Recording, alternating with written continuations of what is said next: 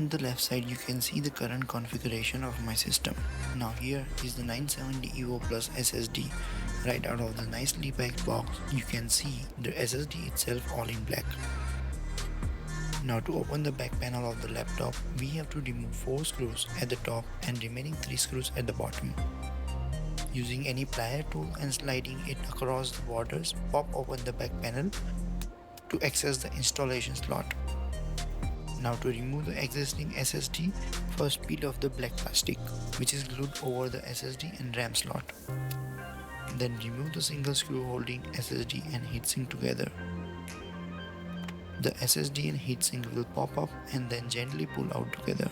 Here is the existing SK Hynix SSD which was covered under the heatsink. Now we take the new Samsung SSD and push it gently into the slot and then apply the heatsink over it and screw them both together with a single screw.